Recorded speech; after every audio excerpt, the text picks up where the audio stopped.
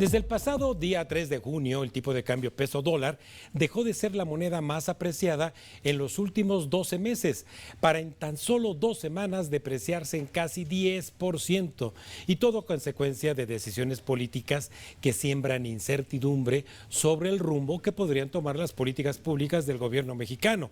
Incluso el propio Banco de México ya tuvo que salir al paso ante este panorama, sobre todo en voz de la propia gobernadora y el subgobernador de Banco de México. Y mire, le explico lo siguiente.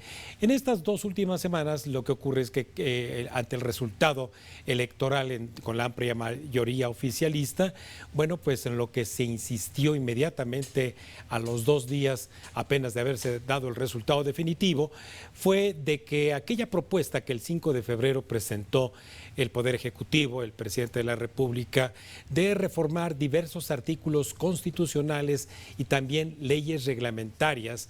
Hay en esas propuestas algunas que tienen justamente vinculación con la política no solamente pública de justicia, seguramente usted la que ha venido escuchando, que es esta reforma al Poder Judicial Federal, sino también porque está vinculado esto de una u otra forma con la política económica. Y esta política económica tiene variables que son tremendamente sensibles. Estas prácticas, obviamente, de hacer declaraciones por parte de los actores políticos, pues no dejan a veces muy tranquilo justamente a quien escucha esto desde los llamados mercados financieros, pero sobre todo el Estado de Derecho. Eso que se tambalea ante las declaraciones de los políticos y que pone obviamente en riesgo la credibilidad no solamente de corto plazo, sino la de largo plazo, sobre todo porque con la amplia mayoría que ha logrado el oficialismo, pues puede tener justamente esta facultad a nivel legislativo de modificar con la Constitución, leyes y reglamentos. En esas circunstancias, bueno, pues hay especialistas que se dedican todos los días a darle seguimiento a ello, pero destacan entre los muchos figuras como Francisco Paco Economía, que nos distingue obviamente en esta noche. Francisco Gutiérrez, estamos teniendo un breve problemita, contratiempo en el enlace con Paco Economía, pero déjeme también continuar en la introducción de este tema, que esa variable tan sensible que tenemos, que es el tipo de cambio, pues ya se nos fue 10% para arriba. Y aquí está con nosotros Paco Economía. Francisco, buenas noches. ¿Cómo estás, Raimundo? Muy buenas noches. Te agradezco mucho, porque si alguien con un agudo ángulo de análisis, pero sobre todo con información técnica a la mano, nos puede explicar justamente este impacto que hay entre la política y lo que es la política económica. Sí, cómo no, Raimundo. Pues mira, platicabas hace unos momentos sobre el tipo de cambio. El tipo de cambio, pues en realidad es el precio de nuestra economía, es un precio por excelencia, es el valor de nuestra moneda en relación a las monedas de otros países con los que tenemos intercambio comercial, de inversiones, es decir, flujo de dinero, incluso de personas, que es el caso de México. Y lo que estamos viendo, pues, es la depreciación del tipo de cambio, porque con la elección, más bien reelección de un gobierno populista, un gobierno centralista, que ha ido claramente en contra de las libertades económicas, las libertades políticas, las libertades, digamos, democráticas, y en fin, en contra de lo que es la economía y un país de libre mercado y de libre acción, un país de libertades. Con esa reelección y con la perspectiva de que puede continuar profundizándose esta transformación, yo más bien diría de formación en el ámbito político, económico y social, particularmente la iniciativa de reforma a pues el sistema judicial. Sí. Se ha devaluado todo el país, Raimundo. El país, nuestra economía, nuestro Estado de Derecho, nuestras libertades. Es una devaluación del país lo que estamos viendo. No vale lo mismo México antes de estas elecciones y antes del 2018 que ahora. ¿Por qué? Porque lo que estamos viendo es la concentración del poder en una sola persona y la clara intención de esa sola persona de pues seguir concentrando el poder y profundizar estas medidas antidemocráticas, anti-libertad económica, etcétera, etcétera. Entonces, lo que vemos es que el país se devalúa en general y el tipo de cambio es un reflejo de esa devaluación del país con estas elecciones. ¿Por qué? Porque pues van a empezar a surgir movimientos en diferentes frentes. Uno de ellos son las transacciones comerciales, las transacciones de inversión en nuestro país, que son las que han dado sostén al tipo de cambio. El tipo de cambio se ha venido apreciando hasta antes de las elecciones porque tenemos una amplísima cantidad de remesas llegando al país. Hay que hacer notar al auditorio que esas remesas son muy amplias, no por una buena política económica de este gobierno, sino al contrario, por la expulsión de mexicanos hacia el exterior, precisamente por la falta de empleos y seguridad en México. De manera que esa mala política económica de este gobierno redunda en mayores remesas porque hay más mexicanos en el extranjero enviando dinero al país. Pero como quiera que sea, significa un flujo que en el 2023 fueron más de 63,000 millones de dólares, sí, que está eclipsando de alguna manera otros déficits que ocurren en la balanza de pagos. Sí, ahora Paco, fíjate qué bueno que haces todo este contexto porque pues hace, ¿cuántas décadas será? Creo que unos 3 lustros o un poquito más, que habíamos dejado de escuchar aquello de que no hay que tener temor porque hay blindaje financiero. Y eso porque la gobernadora y el subgobernador de Banco de México acaban de decir que tenemos un blindaje financiero de 250,000 millones de dólares. Pues mira, creo que eso es lo que ha tranquilizado en los últimos días al tipo de cambio. El hecho de que el Banco de México haya salido a decir pues que cuenta con reservas internacionales por más de 200,000 millones de dólares y un crédito con el Fondo Monetario y el Banco Mundial por más de 100,000 millones de dólares y que están dispuestos a vender coberturas, etcétera, etcétera. Y bueno, sí es una buena cantidad de dólares con la que cuenta el Banco de México. Sin embargo, Raimundo, no hay cantidad de reservas que alcance para el deterioro institucional, político, social y sobre todo de Estado de Derecho, sí, que está por venir.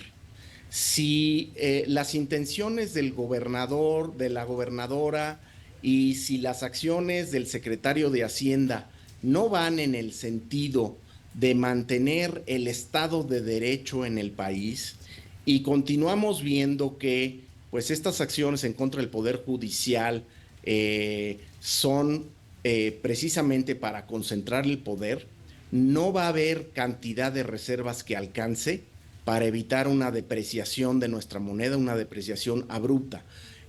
Probablemente la eviten en este corto plazo. Estamos en este impasse donde el Banco de México anuncia que tiene reservas y que están dispuestos a utilizarlas y eso tranquiliza de corto plazo, toda vez que aún no están identificadas y efectuadas las reformas. Pero en el momento en que se realicen las reformas que se van a realizar, veremos que el tipo de cambio continúa poco a poco su curso devaluatorio, porque lo que vamos a ver es poco a poco, paso a paso, la depreciación de todo el país, toda su economía, su Estado de Derecho, etcétera, etcétera. Paco, cuando hablas justamente de todo lo que se puede afectar, fundamentalmente a una muy buena parte de la audiencia que nos escucha y ve, está la inflación. Es decir, ¿cuál es el riesgo, evidentemente, de que esta depreciación se pudiera traducir en la formación de precios, en lo que pagamos por los bienes, sean de importación o no sean de importación? Mira, el tipo de cambio viene desde niveles de 21, 22 pesos. Se había estado apreciando y muy pocos precios bajaron con esa apreciación del tipo de cambio. Sí. Desde ese punto de vista, muchos productores me parece que todavía tienen cierto margen antes de enfrentar presiones inflacionarias. Sin embargo, muchos otros no. Muchos otros pues tienen importaciones o costos de importación ya de niveles de 17, 18 pesos o quizás abajo de los 17 pesos que llegó hasta 16.40, y esos que tienen esos niveles de costos de importaciones, pues ya van a tener que empezar a modificar. Muchas cotizaciones en dólares ya se están modificando de diferentes proveedores. Entonces, me parece que el impacto de entrada puede ser moderado, pero conforme pase el tiempo, el impacto inflacionario del movimiento cambiario, porque el tipo de cambio ya no va a regresar a los niveles que estaba, sí puede ser importante en términos inflacionarios. Y sobre todo, Raimundo, en este contexto en donde pues las finanzas públicas están desequilibradas, con déficit promedio a lo largo del año del 3.7% anual del PIB y déficit este año que va a cerrar más cerca del 6% del PIB del 5.4 que decían, y un crecimiento en la deuda tan grande y sobre todo, Raimundo, con la baja productividad del gasto en infraestructura y del gasto social. Sí. Bueno, hay un desbalance monetario intrínseco, subyacente, que está ejerciendo presión sobre la inflación. Entonces, digamos que el tipo de cambio podría echarle gasolina al fuego. Paco, finalmente, ni qué decir de algo que tú has sido también muy agudo en señalar, es la política de tasa de interés de Banco de México. Sí, Raimundo, mira, la Reserva Federal ha sido muy cautelosa en no bajar su tasa de interés antes de tiempo. De hecho, en el 2018, 2019, y bueno, antes de iniciar este ciclo restrictivo con la pandemia, estaba muy en boga la discusión de estas relajaciones anticipadas por parte de la Reserva Federal y su efecto adverso. Entonces creo que ahora van a ser muy, muy cautelosos como lo están siendo. En su último decisión no hicieron movimiento de la tasa de interés y dijeron que aunque la inflación ha bajado, no lo suficiente, y esperarán a ver que se dirija claramente al 2% antes de bajar las tasas de interés.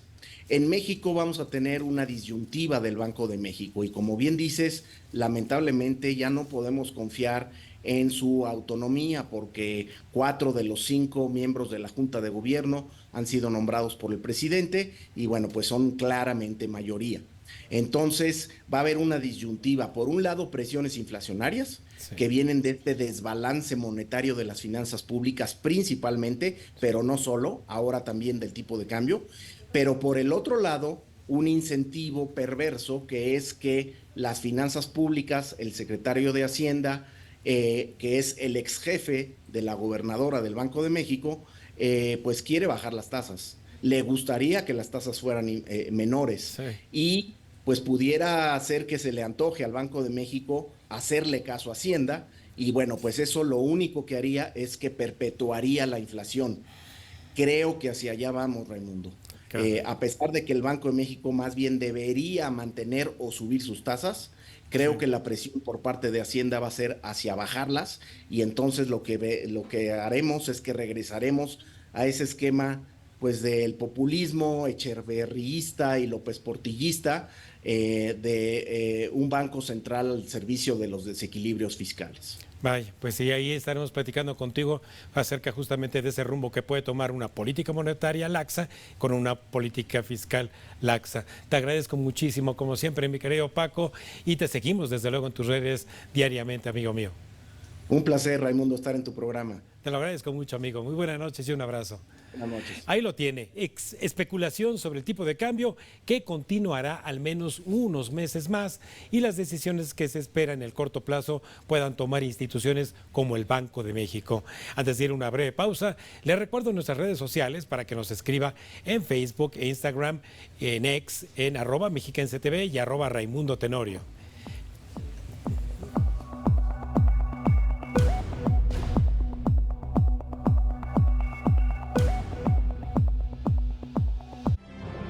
Estás viendo Cuentas Claras.